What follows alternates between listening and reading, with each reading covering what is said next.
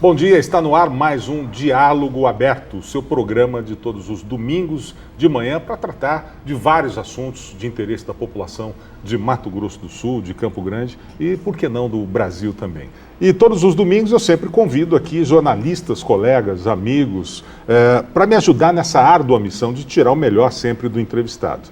Eu estou aqui hoje com a minha querida amiga Carmen Sestari, amiga, irmã, hoje do Rural Business e da FM Capital, e também nosso colega Manuel Afonso, advogado, jornalista, comentarista político também em vários veículos e colunista de política. Obrigado aos dois por estarem comigo aqui nessa missão. E o nosso entrevistado é um ex-retirante da seca. Ele saiu do sertão de Pernambuco, se tornou um dos juízes federais mais temidos do Brasil, podemos dizer. Muito antes de Sérgio Moro, inclusive, aparecer aí com a Operação Lava Jato. Nossa conversa de hoje é com o juiz Dr. Odilon de Oliveira, que está prestes a se aposentar aí e nos deu o privilégio de estar aqui para ter esse bate-papo. Bom dia, doutor Odilon. Muito obrigado pela sua presença aqui. Bom dia, Og, bom dia, Manuel Afonso, bom dia, Carmen Sestari, e bom dia para todos que estão nos vendo. Doutor Odilon, eu quero começar a entrevista com uma pergunta um tanto incômoda até, talvez. Quanto é que vale a sua cabeça hoje? Bom, segundo a imprensa, vale bem, não é? Está bem valorizado? Segundo a imprensa do Paraguai, já chegou a $1 milhão. $1 milhão. Isso eu não sei se vale tudo isso não, mas já li a respeito disso. Quem oferece esses valores por ela, doutor? Principalmente traficantes, que a gente atua no combate ao crime organizado há muitos anos. Só como juiz federal eu tenho 30 anos. E já atuei também no Ministério Público, já atuei na magistratura estadual. E você, ao longo desse trajeto, você vai adquirindo muitos inimigos, porque você, enfrentando com um perfil um tanto quanto agressivo, e tem que ser assim, a criminalidade organizada e confiscando um patrimônio deles, aí você conquista, sem querer, inimigos. Então, a grande massa é de traficantes do Brasil e do Paraguai. Quanto de dinheiro o senhor, ao longo desse seu trabalho como juiz, principalmente junto ao crime organizado, reprimindo o crime organizado, quanto de dinheiro o senhor já conseguiu recuperar? A gente não tem um levantamento. Eu tenho um levantamento, uma estatística de 10 anos para cá, de quando foi especializada uma vara de lavagem de dinheiro em Campo Grande, a Vara Federal de Lavagem, que está sob a minha titularidade. Aí nós já temos mais ou menos uns R$2 bilhões. Bilhões? Bilhões, de 2005 para cá. Mais ou menos isto. Doutor Odilon, como conciliar o exercício da profissão, do cargo, com o medo de morrer? Não, medo de morrer a gente não tem. A gente tem cisma, como diz o nordestino, o ditado popular. O interessante é você saber administrar. Na verdade, o medo é como uma dor. A dor avisa que tem alguma coisa errada no corpo. O medo também avisa que tem alguma coisa no entorno. O que você tem que fazer é administrar esse medo para que ele não se torne em pavor e até em aflição. Agora, isso não atrapalha o exercício do trabalho. Isso pode atrapalhar a sua vida particular, a sua vida familiar, a sua vida social, atrapalha muito, mas o trabalho não. E como é que você consegue conviver com isso, nessa pseudo-liberdade? Porque nos dá a impressão, o senhor anda cercado de policiais, armados com metralhadoras, a sua casa é extremamente protegida. Onde o senhor vai, o senhor tem pessoas lhe acompanhando até no supermercado para fazer algumas compras. Como é que o senhor lida com essa pseudo-liberdade? Incomoda realmente? Posso só acrescentar, doutora Odilon? Você esteve na casa da doutora Odilon? Sim, né? sim. Eu também tive a oportunidade de visitá-lo e eu me lembro que o senhor e a sua esposa me levaram, se não me engano, até a suíte de vocês, e lá tem uma varanda. O senhor me relatou que fazia muitos anos já o senhor não colocava os pés naquela varanda. Dentro da própria casa, o senhor também é refém. Na verdade, incomoda bastante. Incomoda porque você vive numa segurança já prolongada, né? Quer dizer, 1/3 da minha vida é sob segurança. 2/3 da minha vida como juiz sob segurança. Segurança 24 horas por dia há 18 anos. E psicologicamente isso incomoda bastante.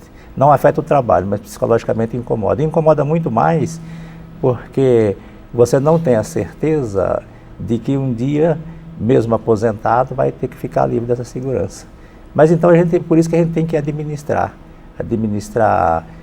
os sentimentos e administrar também essa própria situação e admiti-la como um fato já integrado à vida pessoal e à vida familiar também. Bom, eu sei que o senhor faz academia, né? O senhor é um frequentador assíduo da academia, raramente falta, né? Mas eu gostaria de saber que coisas que o senhor deixou de fazer por causa dessa falta de segurança, de como assim visitar amigos, sair para jantar, isso não é possível mais. Não, a vida social ela fica liquidada, porque é muito incômodo, muito ruim e causa constrangimento eu chegar na casa de uma pessoa e só se visita mais à noite, e à noite o pessoal sempre usa arma pesada e chegar a descer do carro aquela escolta armada, né? Isso constrange, assusta um pouco assusta e constrange a pessoa visitada em relação ao próprio vizinho. O que está acontecendo aí? Tá? Então isso constrange bastante. Agora a gente deixou de fazer tudo na vida social. Raramente a gente vai num evento social muito difícil. A gente dançava muito, eu e minha mulher éramos dançarinos, e depois disso a gente parou de...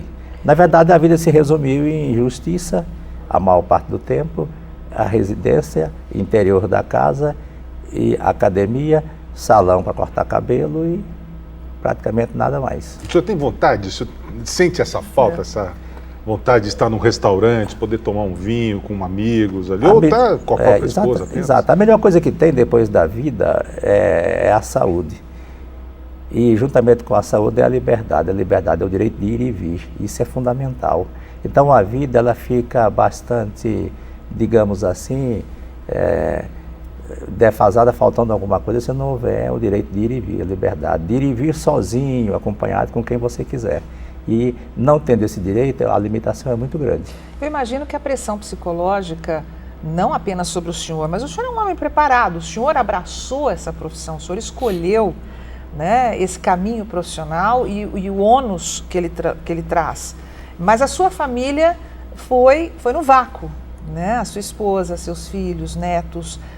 Como trabalhar emocionalmente, psicologicamente? Que armas, se a gente pode dizer assim, o senhor usa para fortalecer esse lado emocional? Né? Além da atividade física que o senhor tem como uma religião, né? Como uma coisa muito certa todos os dias, o que o senhor usa para fortalecer ao senhor e à sua família? Bom, lado emocional você fortalece exatamente com diálogo, com conversa, em primeiro lugar, né?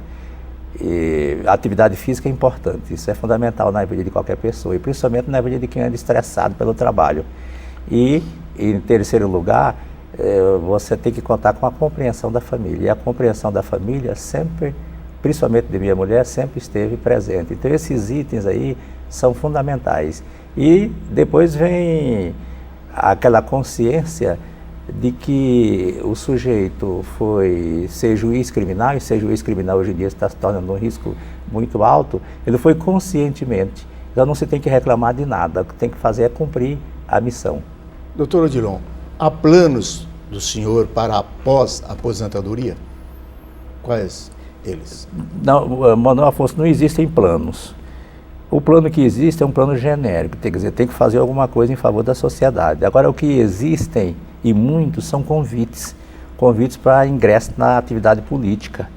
E evidentemente que a gente já tem que fazer uma reflexão antecipada, desde já a respeito. E eu pretendo me aposentar, eu já tenho 56 anos de serviço, averbado, pretendo me aposentar agora no final deste ano. E depois que eu me aposentar, é bem provável que eu vá, com certeza, examinar melhor esses convites, as propostas, e é bem provável que eu vá, sim, exercer uma atividade através da qual eu possa continuar beneficiando a sociedade. E a política é um caminho certo. Bom, doutor Odilon, nós vamos fazer um pequeno intervalo agora e voltamos daqui a pouco. E eu quero saber mais um pouquinho sobre essa questão da pós-aposentadoria.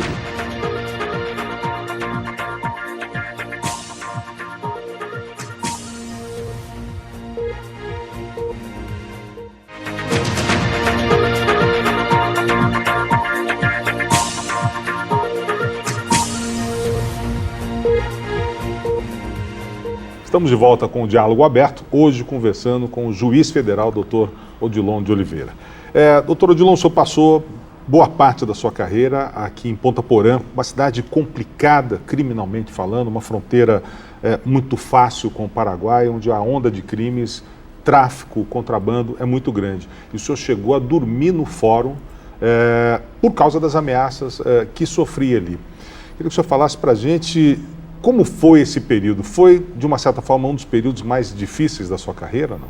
Eu trabalhei a vida inteira em fronteira. Fui juiz federal em Mato Grosso, Rondônia, então eu aprendi a trabalhar na fronteira. Ponta Porã foi um dos períodos mais belos, porque ali a gente pôde encarar bem de perto, de frente, a criminalidade organizada. E não só a criminalidade organizada do Brasil, mas a criminalidade organizada agindo em conjunto com os criminosos. Internacional. Mas você fala bela do ponto de vista assim, de poder combatê-la. De poder combater. Uma oportunidade muito grande, e isso me fez conhecer mais profundamente a anatomia, a alma da criminalidade organizada na fronteira, que é bem diferente. O Brasil não conhece isto. E o judiciário também pouco conhece. Porque o crime organizado, muitas vezes, ou as mais das vezes, você não consegue colocar a imagem dele dentro dos processos. Você tem que conhecer, então, o que está no entorno dos processos. Você tem que conhecer o cenário, conviver com aquele cenário, aí você aprende. Então, ali foi um momento de aprendizado e um período em que eu pude fazer muita coisa para dizer ao crime organizado que o Estado não deve se ajoelhar diante dele. Doutora Odilon, a gente está vendo uma retomada, né? Um fortalecimento do crime organizado, as cadeias brasileiras, os presídios brasileiros em rebelião, uma crise no sistema de segurança nacional, uma crise institucional, política e de segurança. Onde é o ponto fraco, se é que existe, que o senhor pode nos apontar, do crime organizado? Porque a gente sabe o ponto fraco da segurança pública, certo, mas do crime organizado. Não existe outra maneira de se combater a criminalidade organizada, não só no Brasil como no mundo, sem o enfraquecimento do patrimônio. Isso é uma estratégia que já existe no mundo inteiro. Existe uma estratégia de combate à lavagem de dinheiro. E o Brasil, essa estratégia é centralizada pelo Grupo de Ação Financeira Internacional, sediado na França e formado pelos 7 países mais ricos do mundo. Então, combater crimes financeiros e crimes de lavagem de dinheiro, para poder pulverizar a economia mundial, que está muito poluída pela criminalidade. E o Brasil também adotou essa estratégia a partir de 1998, através do mecanismo chamado ENCLA, Estratégia Nacional de Combate à Corrupção e à Lavagem de Dinheiro. E em torno disso, então foi criada uma estratégia, uma rede interna no Brasil que tem sincronia com essa rede mundial. E no Brasil foram criados diversos órgãos. Primeiro, especialização de varas federais em lavagem de dinheiro e crimes financeiros. Departamento de Recuperação de Ativos no Ministério da Justiça para recuperar bens que estão em outros países. Departamento de Combate a crimes financeiros no Banco Central, o DECIF, e diversos outros organismos que compõem essa estratégia. E tudo isso visa exatamente a recuperação de ativos ilícitos. Então, para você recuperar ativos no exterior, hoje em dia, está muito mais fácil em razão dessa estratégia internacional. O ponto forte do crime organizado é a fraqueza do Estado brasileiro. O Estado brasileiro combate a criminalidade passando perfume da melhor marca nos bandidos. Essas facções que atuam nos presídios, fora dos presídios, essas facções fazem o que querem. E o Brasil tem uma legislação muito fraca. A legislação do Brasil para combater, julgar o ladrão de galinha, a pessoa comum, é a mesma legislação, é o mesmo martelo que o juiz usa para combater o grande crime. Então, resultado, no Brasil existem 2 sistemas penais. Não é só a justiça penal que é lenta, enferrujada, é todo o sistema. O sistema penal ele começa no Congresso Nacional com a feitura das leis, das ferramentas, que são ferramentas frágeis. depois vai para a polícia, que está desestruturada, sem preparo, digamos assim, e passa para o Ministério Público, já chega o trabalho já fraquejado, e vai para o Judiciário, que é muito lento. Aí depois tem a última fase desse sistema, que é o sistema prisional. O sistema prisional do Brasil, ele é moral e materialmente podre, ele não recupera ninguém. Então tem que endurecer a legislação brasileira. Como entrar para a política se no Brasil as leis são criadas exatamente para atrapalhar a justiça? Nós temos essa impressão, a população diz bem a respeito disto. O Congresso Nacional, ele é composto por pessoas de diversos segmentos da sociedade, diversas categorias, não é? Agora, acredito eu que um instrumento de grande força, de grande importância, são as comunicações. Que hoje a pessoa se comunica, está havendo mais transparência. As redes sociais. As redes sociais, o eleitor, qualquer pessoa pode acompanhar a vida de um político, acompanhar, fiscalizar e depois cobrar. É necessário que vão para a política, que entrem na política, pessoas efetivamente empenhadas com a sociedade, que tenham feito um compromisso de coração e de alma com a sociedade. Agora, o senhor acha que o juiz Sérgio Moro, seu colega, realmente, com o trabalho belíssimo que ele vem realizando, ele está realmente conseguindo passar o Brasil a limpo, como se diz muito, porque o desmonte de algumas organizações criminosas que estavam e ainda estão instaladas no Brasil começou com a atuação dele. O senhor acha que isso realmente está acontecendo, doutor? Naquilo que depende do Sérgio Moro, sim. Um dos juízes mais preparados do Brasil. Agora não depende só dele, porque o Brasil tem uma justiça com 4 degraus. A partir dele, o processo vai para o Tribunal Regional Federal da região dele, depois vai para o Superior Tribunal de Justiça, depois vai para o Supremo Tribunal Federal. Então, a sociedade brasileira pode ter certeza absoluta no trabalho do Sérgio Moro. Agora, daí para frente, vai depender da sociedade ficar atenta e efetivamente fazer cobrança dos tribunais. Como é que o senhor viu, por exemplo, a libertação de alguns condenados na Operação Lava Jato, como aconteceu recentemente com José Dirceu, com Eike Batista? Como é que o senhor vê essa atuação do STF nessa questão? Eu não posso fazer nenhum comentário na condição de juiz a respeito de julgamentos de outros juízes, mas eu subscrevo totalmente o sentimento do povo, e o sentimento do povo foi manifestado claramente a respeito desse acontecimento. O judiciário precisa também ser passado a limpo, doutor? O judiciário precisa ser passado a limpo no sentido de ter mais transparência. O judiciário tem que se aproximar da sociedade e não esperar que a sociedade vá a ele, porque o judiciário ele está a serviço da sociedade, ele tem que procurar a sociedade, ele tem que conversar com a sociedade, ele tem que saber se a sociedade cheira ou se a sociedade fede, ou se cheira mais do que o próprio judiciário ou fede mais do que o próprio judiciário. Então tem que mudar assim, esse perfil. O juiz tem que ter um novo perfil. O juiz ele tem que acompanhar a evolução da tecnologia, ser um juiz moderno e efetivamente conhecer aquelas pessoas que ele vai julgar, que é a sociedade.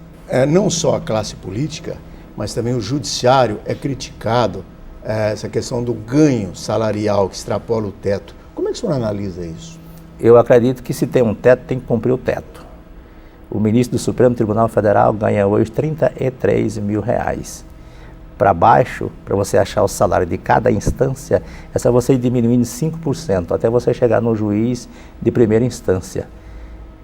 Esse teto ele tem que ser respeitado, rigorosamente respeitado, mas ele é burlado, principalmente pelos estados.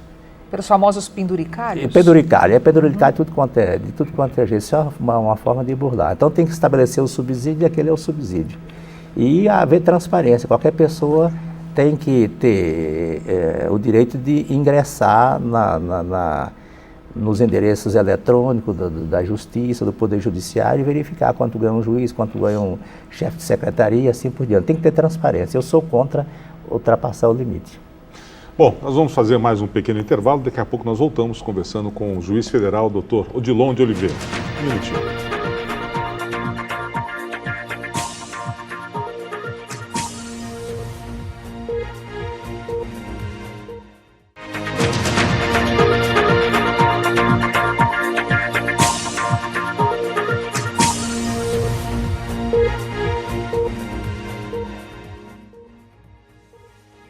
Estamos de volta com o Diálogo Aberto, hoje conversando com o juiz federal, doutor Odilon de Oliveira. Doutor Odilon, o senhor disse agora há pouco que está para se aposentar, já daqui mais alguns poucos meses, e o senhor está, na verdade, indeciso ou com certo receio dessa aposentadoria porque perde a proteção que o senhor tem hoje. Como é que o senhor vai, de uma certa forma, contornar essa situação? Na verdade, eu deveria ter me aposentado em 2014. Quando eu fiz uma consulta ao Conselho Nacional de Justiça, indagando se eu teria segurança ou não depois de aposentado, por fatos ocorridos durante o trabalho como juiz federal. E o CNJ, o Conselho Nacional de Justiça, até hoje não decidiu isto. Então, de lá para cá eu venho empurrando. Então, o maior obstáculo que me traz muita dúvida e incerteza é exatamente se vou ou não vou ter segurança depois de aposentado. Porque o receio é vingança, não é? E agora eu pretendo contornar isto ingressando com uma ação na justiça. A legislação não fala nada a respeito. Mas eu preparei inclusive uma petição e vou entrar com uma ação contra a União Federal. Porque se o juiz leva a vida inteira prendendo bandido, confiscando bens para os cofres da União, e depois chega no momento de se aposentar, a União Federal vira as costas e joga aquele juiz na rua como se fosse uma bucha de laranja que não presta mais, eu acho isso uma grande ingratidão e, acima de tudo, um mau exemplo, um mau incentivo. O senhor acha que o caminho, um dos caminhos, na verdade, poderia ser a sua entrada na política? Parece que o senhor é um propenso candidato ao Senado, né? Há convites, eu não tenho projeto nenhum a respeito, porque eu, como juiz, eu não posso fazer manifestação política, não é? Mas é um caminho... Mas passa pela sua cabeça. Passa pela cabeça, evidentemente, a gente tem que refletir. Eu não posso fazer manifestação pública, mas evidentemente que eu tenho que fazer minhas reflexões internamente. E seria também, por esse lado, uma saída, pelo lado da segurança pessoal.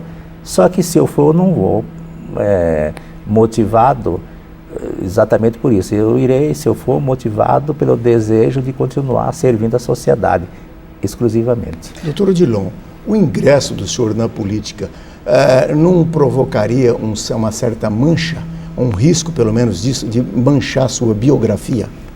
Esquece o que o senhor fez como juiz e o senhor passa a ser visto como mais um político. O povo generaliza muito e generaliza assim por baixo. Logicamente que muitas pessoas poderão pensar assim. Agora tudo depende do comportamento da pessoa, depende da postura.